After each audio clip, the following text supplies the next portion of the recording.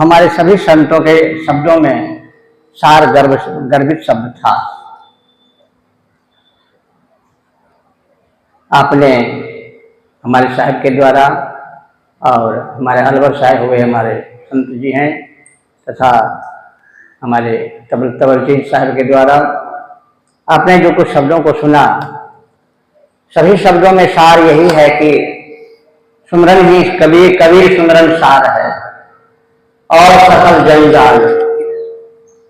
इन्होंने क्या गाया? पायोगी मैंने राम रतन धन पाए। तो राम रतन धन है क्या? तो राम रतन धन सुमरन ही। अगर सुमरन है तो राम रतन धन अपने आप प्राप्त है। तो राम रतन धन कोई अलग वस्तु, कोई ठोस पदार्थ नहीं होता जो जिसे हम बाजारों में खरीद सकते हैं, ला सकते हैं या उसको हम तिजोरी में बंद करके रख सकते हैं। ऐसी वस्तु नहीं है। हमारी प्रेम दीवानी मीरा जी ने कहा कि हमने पाया। क्या पाया? तो संसार के लोग तो भौतिक पदार्थ को पाते हैं और उसमें आनंद मानते हैं अपने आप को, लेकिन संत वृंद जो होते हैं, जो भगवान के जो प्रिय होते हैं, आत्मीजन होते हैं, उनका धन तो सबसे बड़ा धन है राम रतन धन। इससे बड़ा कोई धन संसार में होता नहीं। अगर इससे बड़ा कोई धन होता तो राजा भर्तृहरि, कबीर, मीरा, रैदास, बड़े बड़े महापुरुषगण हुए हैं। इन संसार को असत्य मान करके क्यों अपने जीवन को जंगल झाड़ पहाड़ों में खाक छानते फिरते? अब ऐसे तो अनेक सिद्धांतों में अलग है कि बाहर भूदंड मत जा सजनी, पिया घर बीच विराज रहे। वो बात उच्च कोटि की है। अब उच्च कोटि में सभी जनों को पहुंचना बड़ा मुश्किल है। हम संसार के साधन व्यवहारिक जीवन में जी रहे हैं। और हम बात करें, अभी हमारे साहब ने कहा कब हम जानिया हो। क्या जाने? हरिबाजी का खेल है। हरिबाजी का खेल। तो बाजी तो क्या होता है? बाजी तमाशा, बाजी झूठ और बाजीगर सच्चा। दिखाने वाला सच्चा होता है और उसका जो खेल होता है ना, वो झूठा होता है। आप अनुभव किए होंगे, एक मदारी, एक जादूगर है, आपके सामने में बच्चों को टुकड़ा कर देता है, इंसान को कबूतर बना देता है और कबूतर को इंसान बना देता है। क्या वो सच है? सच है क्या? बिल्कुल 100% असत्य है। लेकिन वर्तमान में सच तो दिखता है। वर्तमान में क्या दिखता है? वर्तमान में सत्य दिखता है। और कुछ लोग कहते हैं मैं सच को ही मानता हूं और जो वस्तु देखा जिसको नहीं मानता हूं। तो सच तो वो भी है। तो बाजी झूठ है। शायद कहते हैं बाजी झूठ है और बाजी का जो दिखाने वाला है वो सच्चा। तो दिखाने वाला कौन है? मायापति। मायापति सदगुरु। मायापति सच्चा है और मायापति की जो रचना है जगत, ये नकली है। क्यों? आज देखते हैं जो सामने में दिखता था वो आज नहीं है, और जो आज बन रहा है कुछ दिन के बाद वो भी नहीं है। बिन से नाग गरुड़ गल जाई, बिन से कपटी औसत भाई, बिन से पाप पुण्य जिन किन्ना, और बिन से गुण निर्गुण जिन चिन्हा। जिसने गुण और निर्गुण को पहचाना वो भी विनष्ट हो गया। क्यों? कि जो इस भौतिक शरीर में आएगा ये सदा नाशवंत है, अशाश्वत नहीं, अशाश्वत है। तो इसलिए उस साहब ने कहा अब हम जानिया हो हरिबाजी का खेल। हरि का बाजी यानी झूठा तमाशा, मायाकृत प्रपंच। जिसने जान जाएगा, जो जानता है कि बाजीगर सच्चा है और उसका जो तमाशा है झूठा है। लेकिन जो इंसान कभी ना देखा है बाजी का झूठ, बाजीगर का जो किया हुआ कर्म है, अगर नहीं देखा है तो आपके सामने बच्चे को टुकड़ा कर देता है। तो जो व्यक्ति नहीं जानता है उसकी आंखों में आंसू आ जाते हैं। आता ही नहीं बोलो, उसकी आंखों में आंसू आ जाती है और रोने लगता है, अरे हत्यारा तुमने क्या कर दिया। तो कहा बाबू आपको दुख लगता है, दे दो, नोट निकालो, बच्चों को जिंदा कर देंगे। तो कहा साहब ने कहा डंक बजाए दिखाए तमाशा, अब बहुरी ले तो सकेल। यानी हम लोग आप लोगों से द्रव्य इकट्ठा करके अपने पॉकेट में रख लेता है, बाजी तो झूठ था ही और बाजीगर सच्चा था।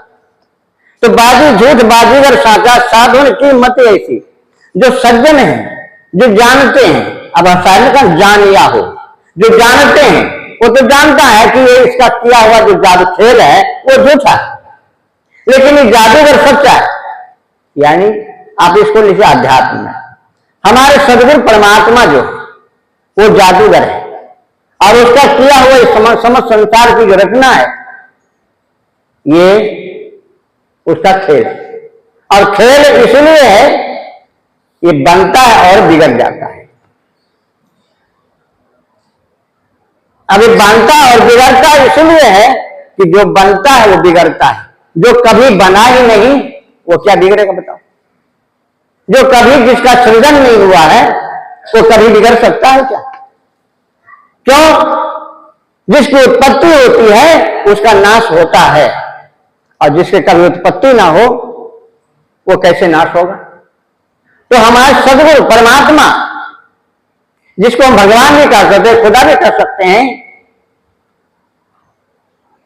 उसका आना जाना नहीं होता। वो तो अविगत से चली आयो, संतो कोई भेद मरम नहीं पायो। मैं तो अविगत हूं, तो अविगत से चली आयो। अविगत यानी जहां जिसकी गति नहीं है, सारे जीवों की गति नहीं है, उस लोक से। अब यहां एक प्रश्न खड़ा होता है कि आना जाना तो जीव का धर्म है। अगर गहराई में जाएं तो आप पूछ सकते हैं कि जो आता जाता है वो तो जीव है, फिर वो शिव कैसे हो सकता है? जो आता जाता है, हमारे कृष्ण तो कहते हैं ऐसा कभी साहब सब युग में आए आए। इसका दो सिद्धांत है। संसार में दो प्रकार के जीव होते हैं, एक बद्ध जीव और एक मुक्त जीव। हम सब बद्ध जीव, कर्माधीन है, लेकिन जिनके अधीन कर्म जिनके अधीन में है, माया माया के ऊपर जिनका चरण कमल है, हमारे माथे पर माया का चरण कमल है।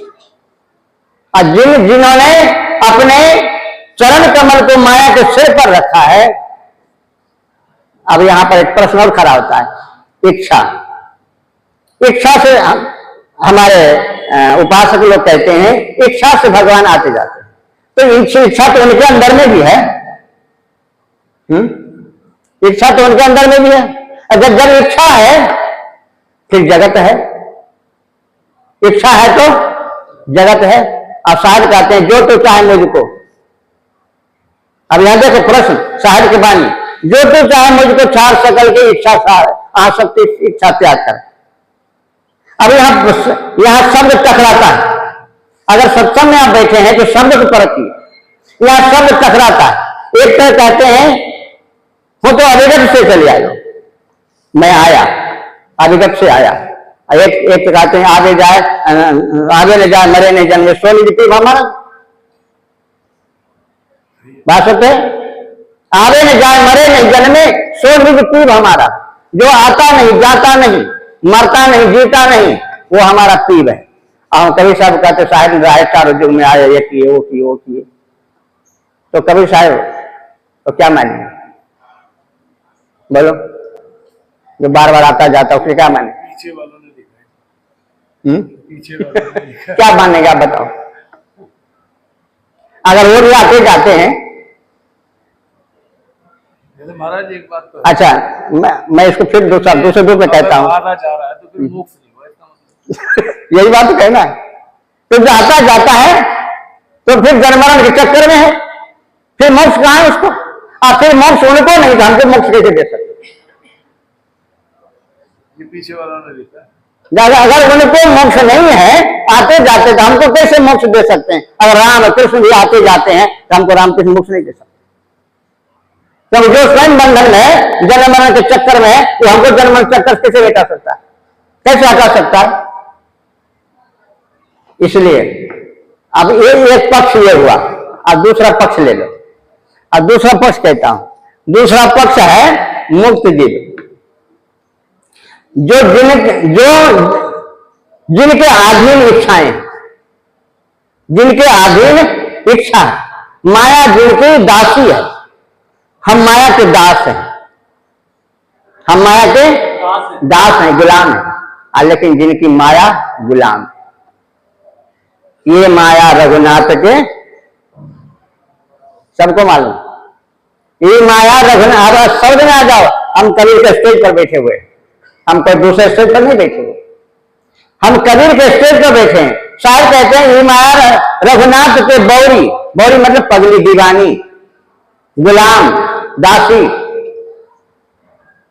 अब यहां रघुनाथ मतलब वो रघुनाथ नहीं, दशरथ कुल का रघुनाथ नहीं। यहां शब्द को जो है, महापुरुष लोग शब्द को पर्यायवाची शब्द में लेते हैं। अभी हमने एक भजन सुना था आपने, भजन राम गोविंद हरि। राम किसको कहते हैं? गोविंद किसको कहते हैं? हरि किसको कहते हैं? गोविंद, गो मनुष्य इंद्रिया, गो मीन्स इंद्रिया, और जो इंद्रियों को बस में कर रखा है, इंद्रिया जिनके बस में, इंद्रियों के बस में जो नहीं है, बशर्ते इंद्रियों को जो बस में कर रखा है, उसका नाम गोविंद है। आप भी गोविंद हो सकते, आप भी गोविंद है। अगर मन इंद्रियों को बस में कर रखा है तो आप भी गोविंद है। समझ में आया? गो मीन्स इंद्रिया, बिंद मीन्स जो विषयों को अपने गुलाम बना रखा है, उसका नाम गोविंद है। और हरि किसे कहते हैं? हरि उसे कहते परेशान दुखम हरतु की हरि, जो दूसरों को सदा दुख को हरण करता हो, उसका नाम हरि है। हरि तो शेर का ही नाम है, प्राण हरण कर लेता उसका नाम भी हरि। सांप का नाम हरि है, क्योंकि आपको दुख यानी जन्म मरण के दुख को मिटा देता है, इसलिए वो भी हरि। बंदर भी हरि है, परमात्मा भी हरि है। हरि के 49 नाम है। कितने नाम है? 49 नाम है। अगर हरि की व्याख्या करेंगे तो 49 नाम चाहेगा। जो व्याकरण जानते हैं वो जाने, उनको पता है। तो यहाँ हम अब ऐसे हमारे कई पंथी लोग विरोध कर देते कभी कभी, अरे क्या महाराज क्या गा रहे हो, भजन राम गोविंद। राम गोविंद क्या नाम है महाराज? सतनाम सतनाम को। अरे मैं कहा वही सतनाम है, वही गोविंद है, वही राम है, हरि, अंदर कुछ नहीं। क्योंकि साहब ने कहा भाई 2 जगदीश कहां है? तो जो जन्म मरण के चक्र में है वो स्वयं मुक्त नहीं है, धर्म मुक्त कैसे करे? एक पक्ष। दूसरा पक्ष है, हमने कहा कि माया जिनकी गुलाम है, माया के गुलाम हो नहीं, जो माया जिनका धीन है। अब वो आते जाते हैं, अब यहां पर आना जाना है तो आना जाना होता है उसका भक्तों के करुण पुकार से, भक्तों के करुण पुकार से। भक्त कहे सही करो निरंतर, बेचे तो बिक जाऊं, साहिब की बानी। भक्त कहे सही करो निरंतर, क्यों कि हमारे साहिब भी भक्त के गुलाम, सदगुरु भी गुलाम। किनके? साहिब कहते हैं कहे कबीर दासन के दास, काहू सुख दे काहू निराश। तो जो माया के अधीन नहीं रहते, माया जिनको जो अधीन कर रखे हैं, वो अपनी स्वेच्छा से इच्छा उनको सताती नहीं है, पर इच्छा को बस में कर रखे हैं अपनी इच्छा से। क्या यानी जब जब हो धर्म की हानि। अब ये आप कोई मुखबानी मान लो, 4 बानी है ना, कभी स्वामी कितने मुखबानी कहा? 4 मुखबानी। कौन कौन मुखबानी है? जी मुखबानी, माया मुखबानी, ब्रह्म मुखबानी, और चौथा बानी कौन है? गुरुमुख बानी। कितने बानी है? 4। जीव मुखबानी, माया मुखबानी, ब्रह्म मुखबानी और गुरु मुखबानी। जीव मुखबानी है हम जो कहते आप सुनते जाओ, हम जो कहते सुनते जाओ, विचार मत करो, विचार मत करना। हमने जो कह दिया उसको मान ही लो, ये जीव मुखबानी। माया मुखबानी तमाशा दिखाना, उल्टा का सीधा सीधा उल्टा दिखाना, माया मुखबानी। ब्रह्म मुखबानी है, आपने कहा ना भंवर जाल और बक जाल। भंवर जाल बक जाल है दूर एक होता चेत। एक नदियों में भंवर होता है, आप कितना भी तैरने वाले क्यों ना हो, अगर उसमें आप चले गए, अगर फंस गए तो आप किसी हालत में नहीं बच सकते। कोई नाव भी अगर उसमें फंस जाती है ना तो नाव नीचे जाएगी और ऊपर नहीं आ सकती। तो कहा एक तो भंवर जाल में होता है, पानी में होता है, और दूसरा होता है वाणी का जाल। ये शास्त्र पुराण गीता भागवत जितने पुराण ग्रंथ है ना, ये क्या है, ये भी एक वाणी का जाल है। वेद, चारों वेद रच करके भी ब्रह्मा जी ने अंत में क्या लिखा, नैति नेति जासु गुण गावा। गोस्वामी जी ने कहा नेति नेति, यानी मैं जितना कहा इतना ही नहीं, उसके आगे विचार करना। अब बताओ, गीता में कृष्ण अर्जुन ने पूछा, हे अर्जुन, हे भगवान, क्या मैं चारों वेद पढ़ करके मेरी मुक्ति हो सकती है, प्रश्न किया। तो वहां कृष्ण को कहना पड़ा, त्रैगुण्य विषया देगा निस्त्रैगुण्यो भवार्जुन। हे अर्जुन, तुम अगर चाहते हो चारों वेदों को पढ़ करके मेरी मुक्ति, मेरी शांति मिल जाए, मोक्ष मिल जाए, वो कभी नहीं हो सकता था। क्यों? तो त्रैगुण्य विषया वेदा, ये चारों वेद हैं, 3 गुण में बंधे हुए। किसने गुण कितने हैं? 3। कौन कौन? रजोगुण, तमोगुण, सतोगुण। और हम सभी बंधे हुए 3 गुण में। अब वेद भी बना है 3 गुण में। क्रिया से लेकर के भक्ति, ये भी अगर सत्संग में हम अपने स्वरूप में स्वरूप बात करते हैं तो ये गुण से परे है। लेकिन अगर हम इसमें भी भावना रखते हैं कि सत्संग के बाद मेरा कल्याण हो जाए, कैसे? मेरा धन मिल जाए, दौलत मिल जाए, मेरा घर मकान बन जाए, सत्संग सुनने से मेरा लाभ मिल जाए, तो समझ लो कि ये भी माया मुखबानी है, तो कल्याण करने वाला नहीं है। क्यों? कि आपने सत्संग को क्या बना रखा? एक कमाने का धंधा बना रखा। लेकिन शायद कहते हैं ये सत्संग तो आपको कल्याण मोक्ष मुक्ति के लिए होता है, अपने स्वरूप को जानने के लिए होता है। तो कृष्ण ने कहा कि त्रैगुण्य विषया वेदा निस्त्रैगुण्यो भवार्जुन। हे अर्जुन, अगर तुम मोक्ष को चाहते हो, आप कल्याण चाहते हो, तो ये 3 गुण बने हुए चारों वेद हैं, इन वेदों से भी आगे पढ़ो। और आप जब कभी सर्गवाणी में माया महाठगिन हम जाने, त्रिगुण फांस लिए कर डोले, बोले मधुरी बानी। आया त्रिगुण? त्रिगुण आया? त्रिगुण फांस लिए कर डोले, बोले मधुरी बानी। मधुर, देखो कोई आदमी होता है, किसी से कुछ लेना होता है ना, ठगना होता है ना, तो फटकार के दुत्कार कर बस नहीं छलता। इतना प्रेमी, इतना आपका दोस्त महीन बन जाएगा, इतना बन जाएगा कि आप समझेंगे कि मेरा तो शायद जन्म जन्म का दोस्त है, मेरा मित्र है। और जब उसका काम आपसे ठग लेगा, ले लेगा, पॉकेट मार लेगा, 9 2 11, फिर समझ में आएगा ये तो मैं तो ठगा गया। तो साहब ने कहा, गई ठगौरी जब ठग पहचाना, गई ठगौरी जब ठग पहचाना, जब ठगने वाली चली गई, अब तो पहचान इसका मिले, क्योंकि वस्तु को लुप्त हो गई, गुल हो गई।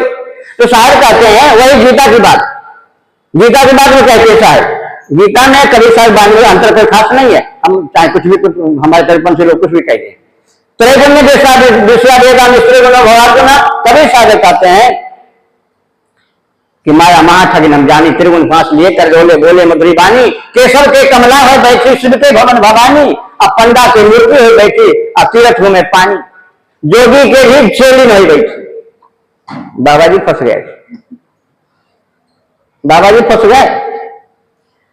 ये साधु को भी दासिन होकर बैठी, जोगी के जोगिन हो बैठी, राजा के घर रानी, और काहू के तो हीरा होकर बैठी, काहू कौड़ी कानी। और आगे भी कहूं कुछ, अब भगत के घर में भक्ति नहीं बैठी, भगत के घर में भक्ति नहीं बैठी। ये भी ठगनी है, देखना सब ठगनी ठगनी। तो भक्ता के भक्ति न बैठी, राजा के घर रानी, काहू के हीरा हो बैठी, काहू कौड़ी कहानी। और कहीं कहीं सुनो संतो, ये सब बड़ी अकथ कहानी, माया महाठगिन। यह अकथ कहानी है, कहने के बाद अगर कहें तो संसार में थप्पड़ मार देंगे हम। इसलिए जायदे कहते साहिब जायदे मत बोलो, इस पर जायदे मत बोलो, अकथ है, अकथनीय बात है। इसलिए माया बात आ जाए थोड़ी सी, तो जीव, बद्ध जीव और मुक्त जीव जो अपनी स्वेच्छा से इच्छा करना, आप कहेंगे जब उनकी इच्छा है तो इच्छा रहित कैसे हुए? तो देखो, इच्छा है ना, नाश नहीं होती, नाश होने वाली वस्तु नहीं। माया मरी न मन मुआ, मर गया, आशा तृष्णा ना मरी, कहा गए शायर कवि। ध्यान से सुनना, क्या कहा? आशा तृष्णा, आशा रखनी चाहिए हमें भी। किसकी आशा रखो? शायर को पाने की आशा रखो, तृष्णा रखो, भक्ति करने की तृष्णा रखो, क्रोध भी रखो, मैं सेवक रघुपति पति मोरे, आशा अभिमान जाय जनि भोरे, मैं सेवक रघुपति पति मोरे, यह अभिमान रखो। अभिमान को बदल दो, यह अभिमान एक नरक में ले जाएगा और एक अभिमान है तुम्हें अपने स्वरूप की ओर ले जाएगा। तो अभिमान भी रखो, तो मोह भी रखो, मोह रखो संतोष से मिलने की मोह रखो, भक्ति करने की मोह रखो, भजन करने का मोह रखो। अब बताओ गलत कहां है? कहां गलत है? गलत है कुछ? केवल मोड़ने की जरूरत है। धन वस्तुतः नुकसान नहीं है, लेकिन धन को अगर आप सदुपयोग में लेते हैं तो वो धन आपके लिए सुखदायी है। अगर धन वही जुआ चोरी बेईमानी बदमाश गुंडेगिरी में छोड़ देते हैं तो वो धन आपको नाश करेगा। इसलिए साहब ने कहा माया महाठगी न जाए। ये माया, अरे ये माया रघुनाथ के बोरी से नीचे है, जो आवे तो फेरी हो। माया कहती मैं तो जगत को ठग लिया, लेकिन बाबा जी के पास जाते तो बाबा जी मुझे ठग लेता। कहा कैसे? जो आवे, ये नोट आया, कल दूसरे दिन भंडारा शुरू है, दूसरे दिन भंडारा शुरू है। अब दूसरे दिन भंडारा शुरू, माया कहती अरे मैं तो आया था यहाँ टिकने के लिए। देखो पानी टिक जाएगी, पानी अगर स्थिर हो जाएगा तो गंदा हो जाएगा।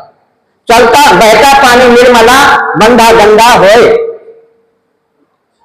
चलता पानी बहता पानी निर्मला। तो साहब कहते हैं जो आवे क्यों फेरी हो। माया कहती है हमको तो ये संत जो जिज्ञासु हैं, वो संत जो मैं जाती हूं तो हमको यहां से उधर हटाते थे। इसलिए कहीं कभी सुनो संतो, माया जो है, इसलिए साहब भी उसके अधीन है। अधीन मतलब माया उनके अधीन है, माया का अधीन वो नहीं है। इसलिए साहब बार बार आते और जाते हैं, ये बंधन में नहीं हमारे जैसे आपके बंधन में। हम तो कर्म प्रारब्धाधीन है, वो कर्म प्रारब्धाधीन नहीं, उनके अधीन कर्म है, कर्म का अधीन वो नहीं है। इसलिए दोनों पक्ष साबित होता है कि जब जब हो धर्म की हानि, बाद असुर अधम महिमानी, तब तब धरी पर विदुर शरीरा, कृपा सज्जन पीरा, यदा यदा धर्म से ग्लानि भवति भारत, अभ्युत्थान अधर्म से तदात्मानम सृजानम सृजाम्य हम। का किसलिए? परित्राणाय साधु नाम, परित्राणाय साधु नाम अविनाशाय दुष्कृताम धर्म संस्थापनार्थाय संभवामि युगे युगे। ये वाणी आ जाती है ब्रह्ममुख वाणी में। ब्रह्ममुख गुरुमुख वाणी जो अब सीधे आगे चल जाता है, और ब्रह्ममुख वाणी तक रहो, गुरुमुख वाणी को फिर थोड़ा देर रहने दो। अब इसे सतनाम कर लो थोड़ा देर। हाँ चलती चलती देख के, हाँ चलती चलती देख के दिया कबीरा रोए।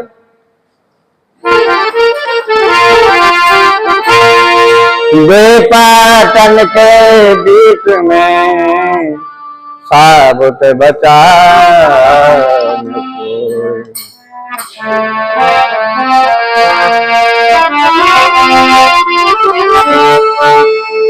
साबुत कोई नहीं बचा।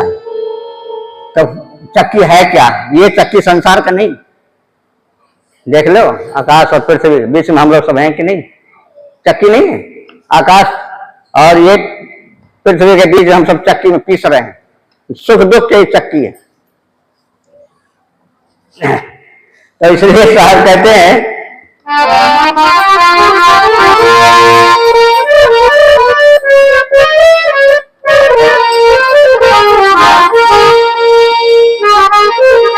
बेपाटन के बीच में साबुत बचान कोई, अब दो पाटन है क्या? अरे पाप पुण्य गए शक्ति कहिए, पाप और पुण्य दो शक्ति है, ऊपर पाप नीचे पुण्य। पाप पुण्य दो शक्ति कहिए, छोटा बेट लगाया है, पाप पुण्य दो शक्ति कहिए।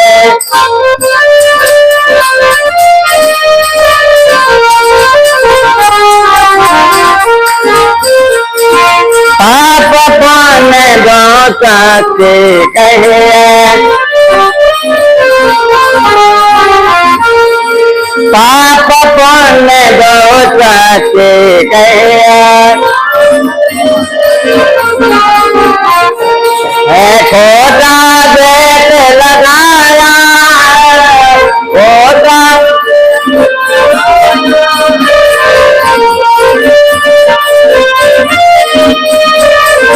छोटा बेट लगाया है, छोटा बेट लगा है, छोटा बेट लगाया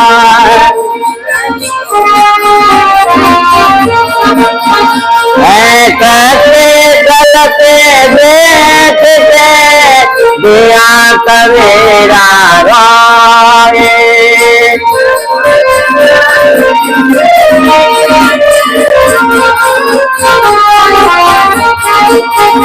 आए दो पाटन के देश में,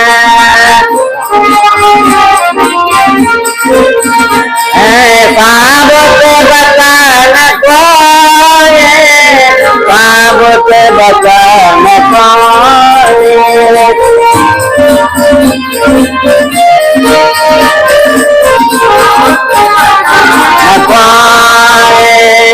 साब के बचन कोई, साब के बचन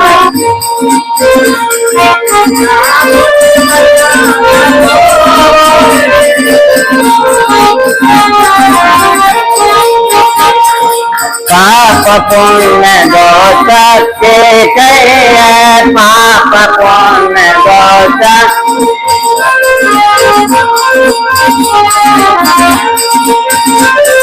पाप पुण्य दो शक्ति कहिए।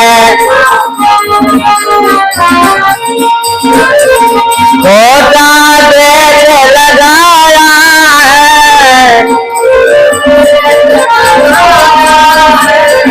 छोटा बेट लगाया है, छोटा यही के बेट सब किसान, यही के बेट यही ने सब किसान। और सोरे नारे मुनि न बताया है, सोरे नारे यही ने सब जगते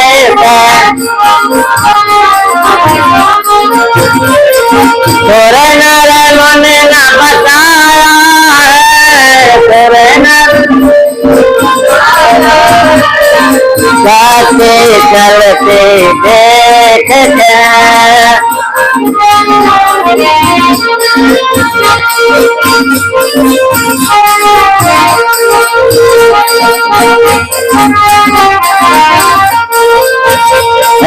दिया कबीरा रोए,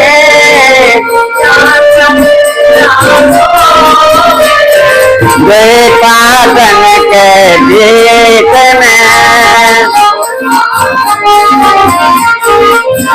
और सारत बचन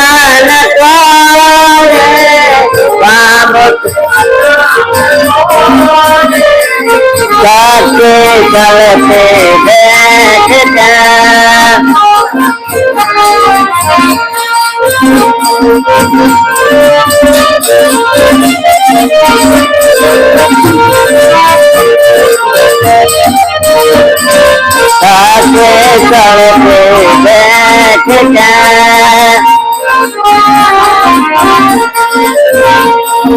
सच्चे कले जो राम के, सच्चे कले जो राम के,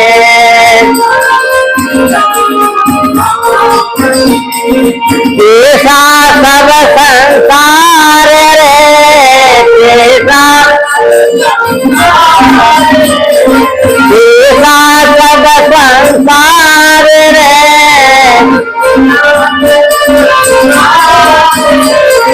काहे कबीर ते हो बरे,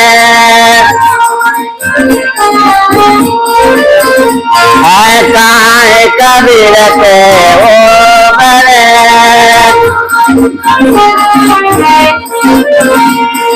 कैसे उभरे? अरे खोटा दिया उखाड़ रे, खोटा दिया उखाड़ रे,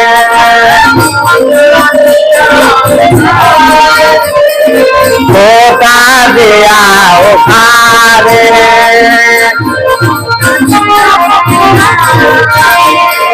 काय करते उबारे हैं, खोटा दिया उखाड़ रे,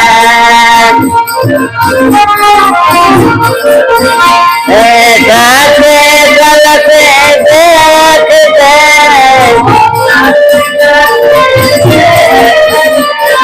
दिया कबीरा रोए,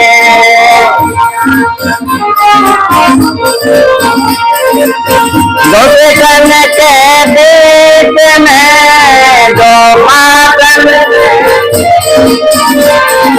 साबुत बचान पाए,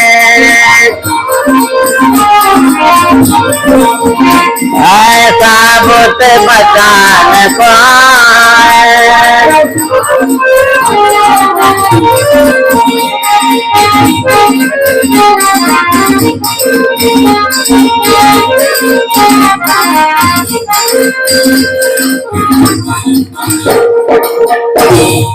साबुत बचा ना, लेकिन बचा, साहब कहते हैं बचा कौन?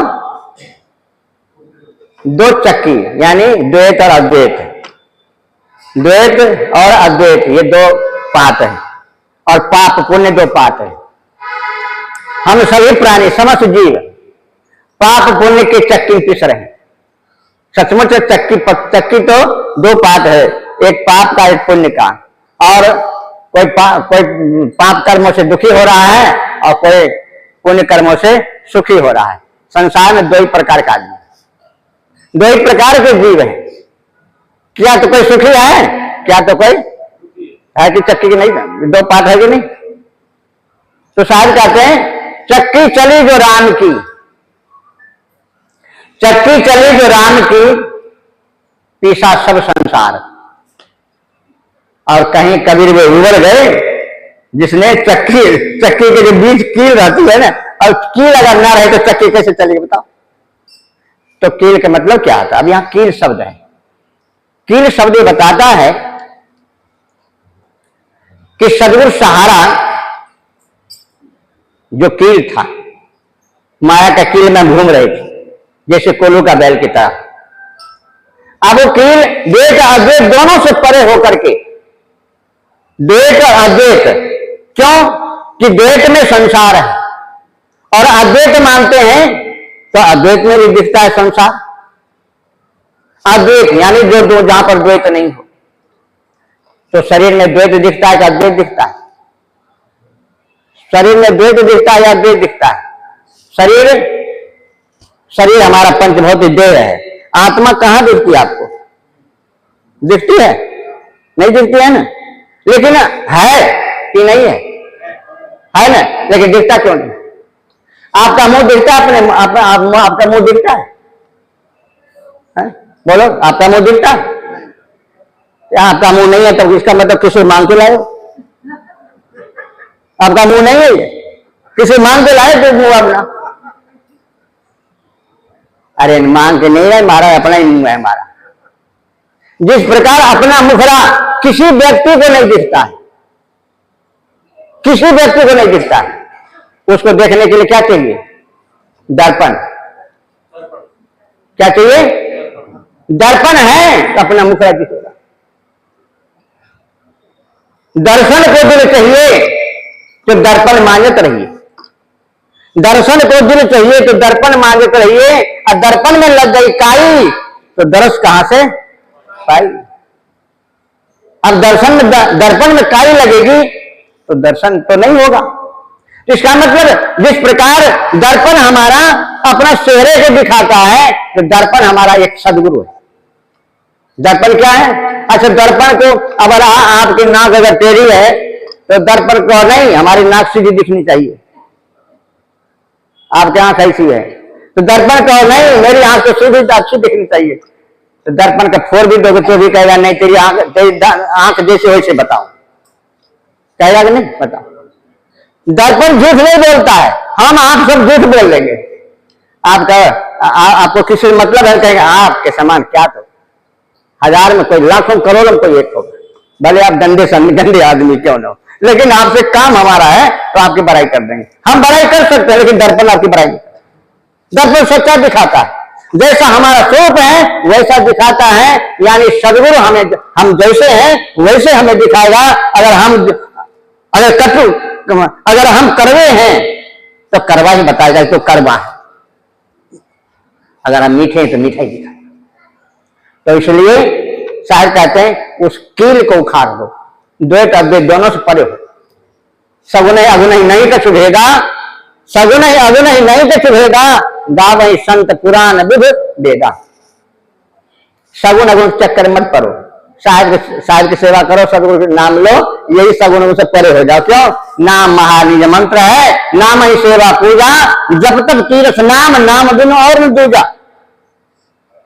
नाम कही नाम प्रीति, नाम बैर नामी बोले, नाम अजामिल साख बंधन को खोले।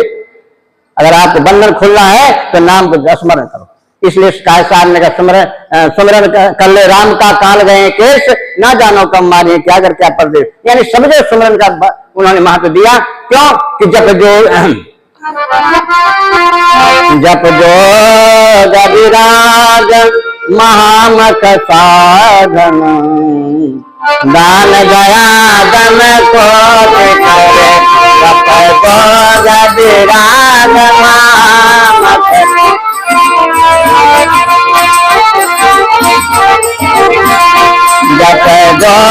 थोड़ा थोड़े हो जाएगा।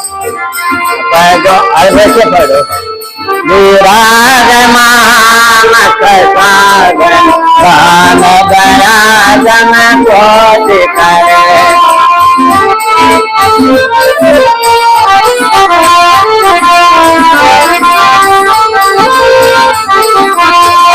मुनि से दसोरे करा में सगने सको, गावत जन माया ने तुम्हारे।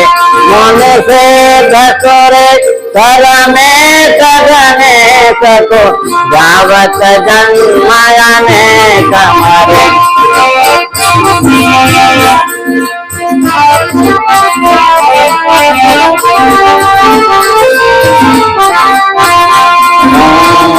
निगमागम वेद पुराण पढ़े, सब साधन में जुग पुंज मरे।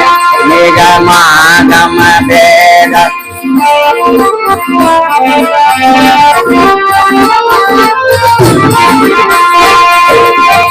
सर कहते हैं निगमागम वेद पुराण पढ़े, तप साधन में जुग पुंज मरे।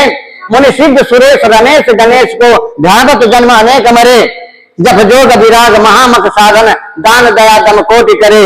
और अंत में मन से प्रण रोपी कहे तुलसी, मन से प्रण रोपी कहे तुलसी।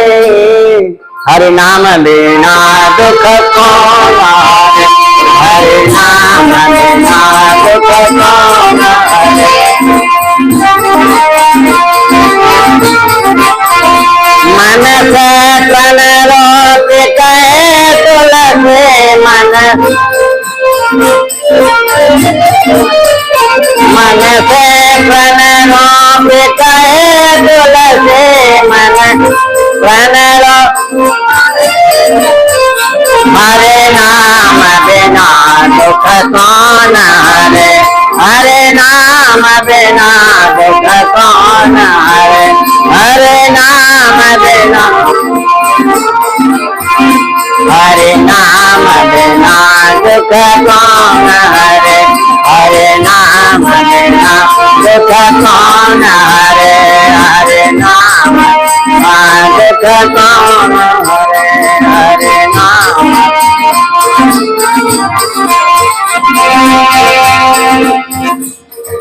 हरे नाम बिना दुख कौन हरे। समय तो हमारा बहुत जीवन आज किसी 50 साल किसी 80 साल किसी 20 साल कितने समय बीत गए, लेकिन ये समय कितने समय बीता होगा। अभी आप बैठे हैं इतना समय जीवन में कितने बार बीता होगा, कितने बार बीता होगा पता नहीं, शायद कभी कभी। इसलिए ये समय अमूल्य है। हम संतों के बीच बैठे हैं, संतों बान जितना मिले, जो क्षण जाए सत्संग में जीवन यौवन राजमद, जीवन यौवन राजमद अविचल रहे न कोई। लेकिन जो दिन जाए सत्संग में, जो दिन जाए जो क्षण जाए जो पल जाए सत्संग में जीवन का फल सोए। यही जीवन का सार है। ऐसे तो गाय भैंस कुत्ता बिल्ली सभी जीते हैं, सभी सांस लेते हैं, सभी लेते हैं, लेकिन जो सांस हमारा हरिस्मरण में जाए वो सांस सफल है। अन्यथा तो सांप बिच्छू भी सांस लेता रहता है। इसलिए साहब ने क्या श्वास श्वास में नाम ले, वृथा श्वास मत खोए, ना जानो इस श्वास को फिर से गया तो आवन हो न हो।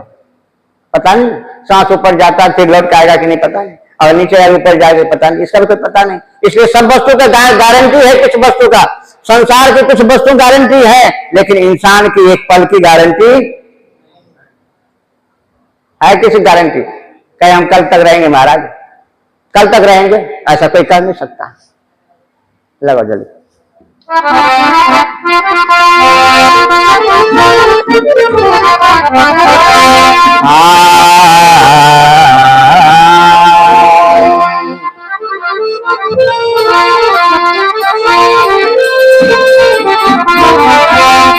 सत्ता केवल ब्रह्म है तो बाबा बीज शरीर, सब में रम रहा का नाम कबीर।